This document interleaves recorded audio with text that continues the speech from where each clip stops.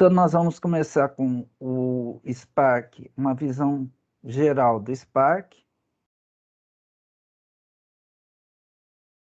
E o Spark é um padrão de fato de motor analítico unificado para processamento de Big Data. Como é que a gente trata Big Data atualmente? Atualmente, a gente trata Big Data dividindo o processamento em vários processadores, né? Até milhares de processadores, no caso do Spark. Dessa forma, eu consigo trabalhar com um conjunto de dados muito grandes, de centenas de gigabytes ou até terabytes de dados, porque ele faz essa divisão, ele tem capacidade, poder de processamento, porque ele divide esse processamento em várias máquinas. E hoje em dia, quase todo mundo usa o Spark para fazer esse processamento de Big Data. Então, ele tornou-se um padrão de fato para o processamento de Big Data. Tem um outro motor de Big Data que chama Hadoop MapReduce, mas hoje em dia pouca gente usa o Hadoop MapReduce, todos usam o Spark. E é o maior projeto open source em processamento de dados e a tecnologia criada pelos fundadores da Databricks. Então, só para ter uma ideia do tamanho do Spark, o Databricks hoje é uma empresa que está sendo avaliada em 38 bilhões de dólares. Então, nem a Microsoft conseguiu comprar a Databricks, né? A Microsoft é uma das sócias lá do Databricks, mas é sócia minoritária, ainda não conseguiu o controle acionário do Databricks. Bom, as vantagens do Databricks, ele é rápido, né? Comparado com o MapReduce, quando são conjuntos de dados pequenos, o Spark ele é centenas de vezes mais rápido do que o MapReduce. Para tratar conjuntos de dados grandes, de centenas de gigabytes ou terabytes, ele chega a ser 3 vezes mais rápido que o MapReduce. Ele é fácil de usar, né? Então, você especifica basicamente no Spark, você especifica o que você quer, quais os dados que você quer, sem especificar ele não é uma linguagem que a gente chama imperativa, né? Você tem dois padrões aí de programação. Você tem o padrão imperativo e o declarativo. O Spark, ele usa o Spark SQL, que é um padrão de programação declarativo. Então, você declara os dados que você quer e o Spark ele vai tentar executar esses dados no cluster. Ele vai tentar executar essa tarefa no cluster. Então, ele vai dividir essa tarefa em várias tarefas menores e vai processar isso em paralelo no cluster. Então, era muito fácil de usar por causa disso, porque era declarativa. O MapReduce já não. O MapReduce já é mais imperativo, ou seja, você tem que codificar exatamente o cálculo que você quer fazer, né? Qual é a computação que você quer fazer. Por isso mesmo, é muito mais difícil você usar o MapReduce do que usar o Spark.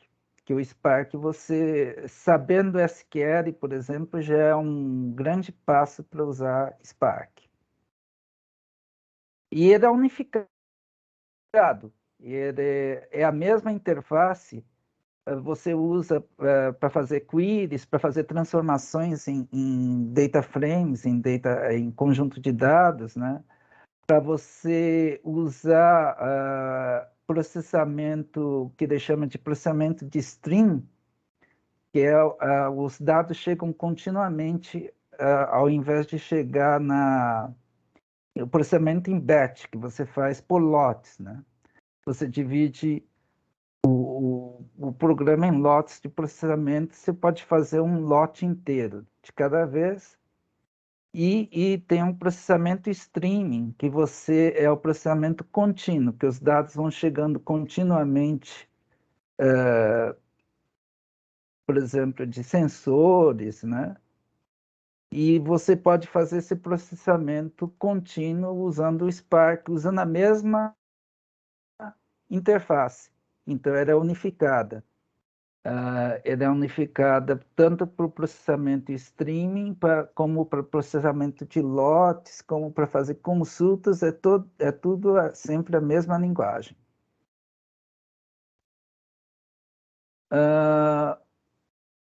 O Spark API, ele tem duas partes. Você tem o Spark SQL, que é a versão do SQL para o Spark, e você tem uma API que chama Data Frames API, para fazer a interface com Spark.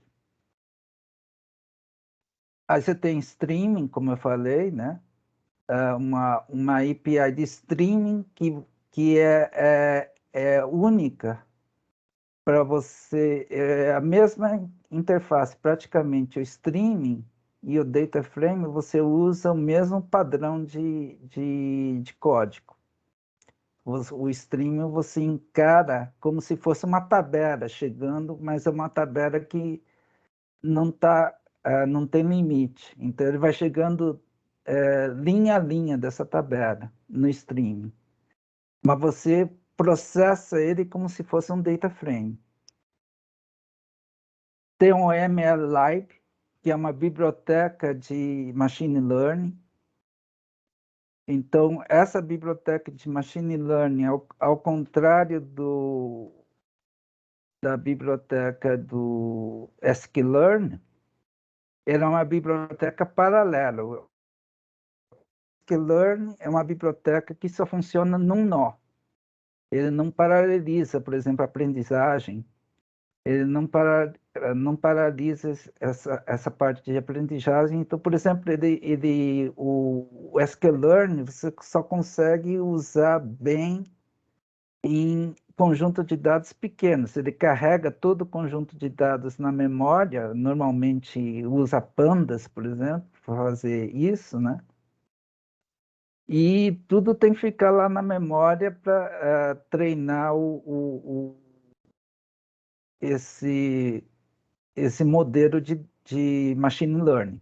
No caso do MLlib, não, ele paraleliza essa aprendizagem, esse machine learning, também em várias máquinas, em até milhares de máquinas.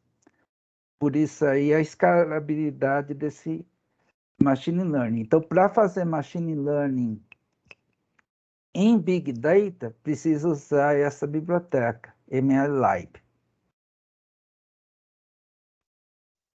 E essa API de Data Frames, ele funciona em várias linguagens. Você pode funcionar em A, em R, em SQL, em Python, Scala e Java, sendo que Python e Scala são as linguagens mais usadas. Bom, agora a gente vai ver aqui a parte da execução do Spark. Essa parte aqui é importante, que isso daqui costuma cair no exame. Então, você tem uma aplicação de Spark ela é dividida em vários jobs.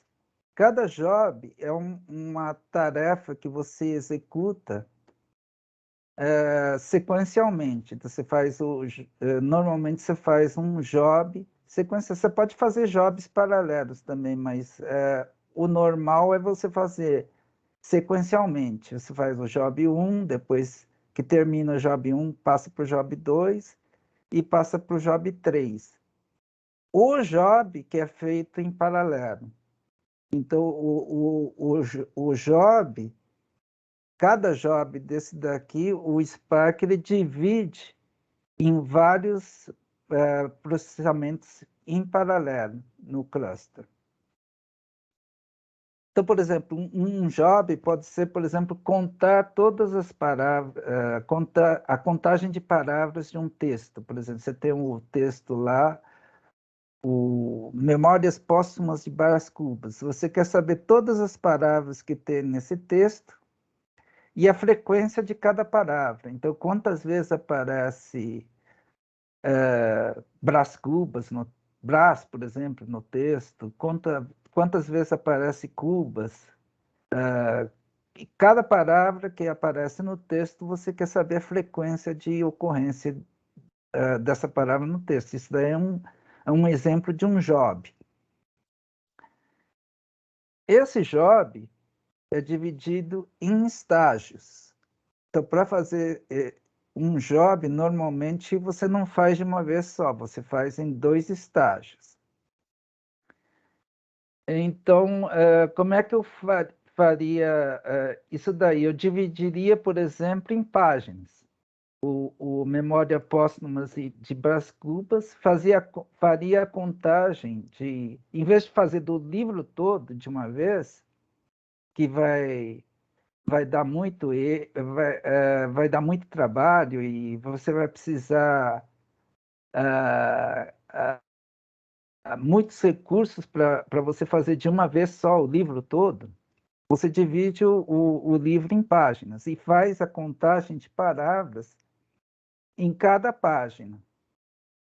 Então, isso daí seria o estágio 1, a contagem de palavras de cada página. Então, em cada página, você vai contar as palavras de cada página e vai fazer e vai tirar esse resultado de cada página.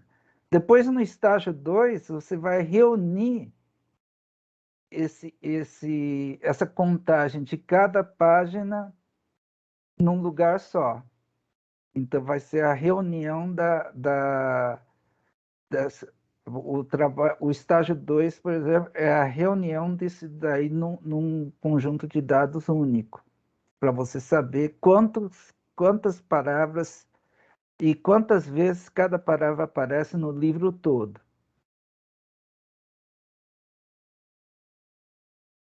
Então, cada estágio é dividido em tarefas. Então, o estágio 1, como eu disse, você pode dividir em tarefas, uma tarefa para cada página. Então, se o livro tem 500 páginas, você tem 500 tarefas.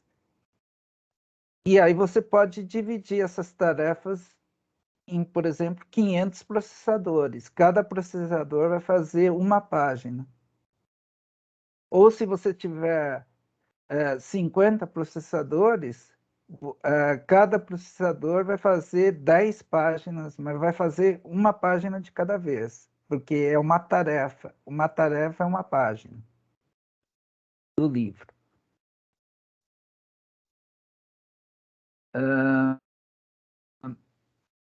Então, essa figura aqui costuma cair.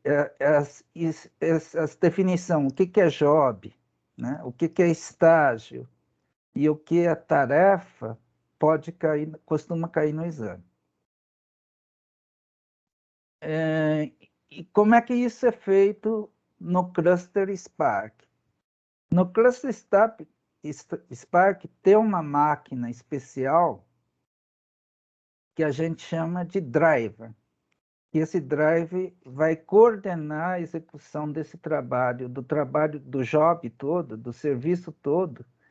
Ele vai coordenar e vai dividir esse trabalho para os nós da rede, os nós do cluster. Cada nó do cluster a gente chama de trabalhador. Então, esse trabalhador, ou worker, em inglês, é uma máquina que tem na rede, no cluster.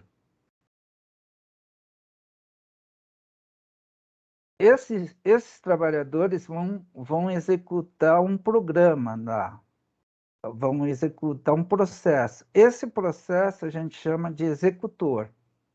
Então, o trabalhador é a máquina, é o nó, e o executor é o processo que vai executar. Então, é um processador da máquina, é o executor. O executor vai rodar num processador da máquina chamado trabalhador. Esse executor normalmente tem vários cores nele, vários núcleos, né? Aí então ele pode executar várias linhas de processamento conforme o número de núcleos que tem no executor. Então, se você trabalhar com uma máquina que tenha 8 núcleos, por exemplo, ele consegue fazer 8 linhas de execução ao mesmo tempo naquela máquina. E o que ele vai executar? Ele vai executar cada core, ele vai executar cada núcleo, ele vai executar aquelas tarefas lá. Então você tem, por exemplo, a tarefa de contagem de palavras de uma página. Então vai estar aqui. Esse core aqui vai fazer a contagem da página 1, por exemplo, esse vai fazer a contagem da página 2, esse vai fazer a contagem da página 3, e esse aqui vai fazer a contagem da página 4. Quando o primeiro que terminar vai pegar a página 5. Depois, o outro que terminar vai pegar a página 6, assim por diante. E dessa forma ele vai fazer, ele está paralelizando a tarefa, todos os cores estão trabalhando ao mesmo tempo, e assim que o Cluster Spark executa o job. O estudo de caso é um estudo de caso de e-commerce varejista, uma empresa chamada Bedbricks, que é uma empresa que vende colchões. Essa empresa aí vai ter 4 fontes de dados. Vai ter uma fonte de dados de eventos, uma fonte de dados de usuários, que vão ser os compradores que vão vão comprar esses colchões. Uma fonte de dados chamada pedidos, uma tabela chamada pedidos, uma entidade chamada pedidos, que vai reunir os pedidos desse e-commerce, e um banco de dados, uma tabela de produtos, que vai reunir os produtos que tem, os colchões que tem aí nesse Bedbricks. Os products, ele vai ter 3 campos aí. O Item ID, que é a chave primária, o name, que é o nome do item, e o preço. Os users, vai ter o user ID e o e-mail, basicamente. São os 2 campos mais importantes. Do users é o user ID, que é a chave primária, e o e-mail. Os sales tem esses campos aí. Tem o order ID, que é a chave primária. O e-mail do cliente que comprou.